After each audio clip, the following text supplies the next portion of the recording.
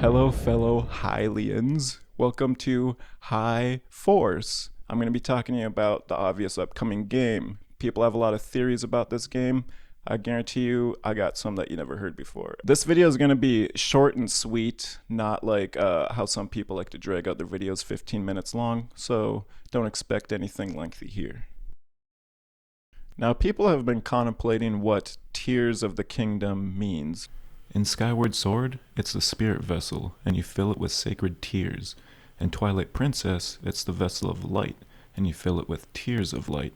Both sequences involve a dark realm, alluding to the Kingdom of Hyrule entering a dark realm in which we have to collect tears of some form to fill a much larger vessel, in my speculation, of course. And so basically, if you noticed in one of the trailers that they showed us, there's flames in the background. Those flames are exactly what you see when an area in Twilight Princess was currently encased in the Twilight Realm before you cleansed the area.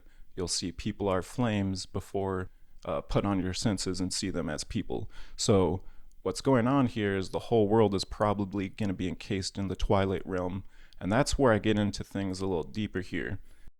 When I saw the carving on the wall, at first I was thinking Hylia, but then it dawned on me, thinking about all these Twilight Princess and Skyward Sword connections, it's Midna. That's who it is, and here's my evidence. When Midna is in disguise form, the eye on her broken helmet resembles the eyes of the carving. When she is in her true form, she has these two prongs jutting off the sides of her hair, much like the two prongs we see on the depiction of her. And a side note, don't go thinking the carving will look exactly like her. Just look at how they portrayed Link on those tapestries. He almost looks like some kind of lion man hybrid or some sort of dragon, but definitely not the Link that we would recognize. I'm going to get into parts of this theory that you probably haven't heard about. I think it's more than just a singular world where things repeat. I think the reason why we see different art styles in these games is because they're different universes. And so Twilight Princess, Skyward Sword, both similar art styles, both in similar universes. Wind Waker's style where he's like a toon Link or a kid form, that's something that you see in the handheld versions of the game.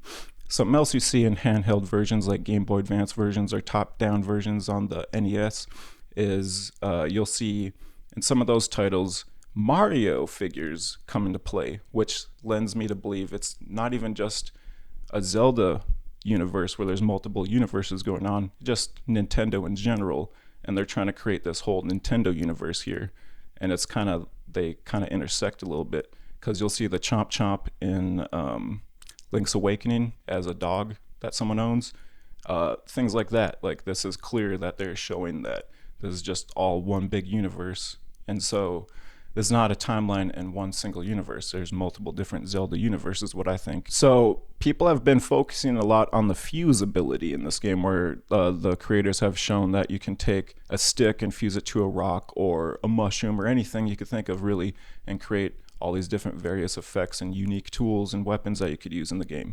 But I think it's going to get a little deeper than that. I think he's going to be able to fuse all of these pieces of land that you see floating in the sky, and you're going to be creating basically Skyloft and all of the sky islands that exist in Skyward Sword. And I think the fuse ability is actually going to be used to create the Master Sword again, because you'll notice in the trailer they showed it shattered and broken a lot of times, and that's been something people have been paying a lot of attention to. I think they're going to take that fuse ability, you're going to take the Master Sword, possibly even use parts from the Twilight Realm to create basically a Twilight Master Sword.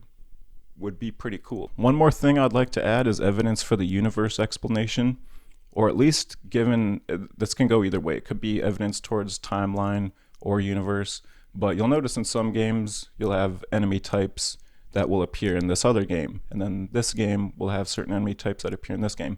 You'll notice the enemy types in any game where Link is like a toon character, or the Game Boy Advance games, they all have the same enemies. You'll notice that in Skyward Sword, there's the same enemies as Twilight Princess. The last thing that I saw recently, because I've been thinking about these things for months now, long before the trailers really even came out for some of these things, like as far as this game being going to be closely related to Skyward Sword. I was telling my friend that actually.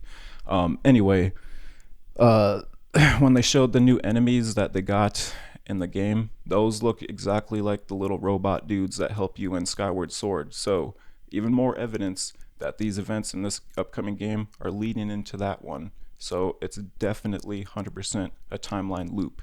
And that means if this game really is the last game in that timeline, the only way I could see there being a future release after this is if it's a 3-parter and there's a 3rd part to this final ending, or they go back and take all of their 2D games, their top-down games, and totally remake them 3D style.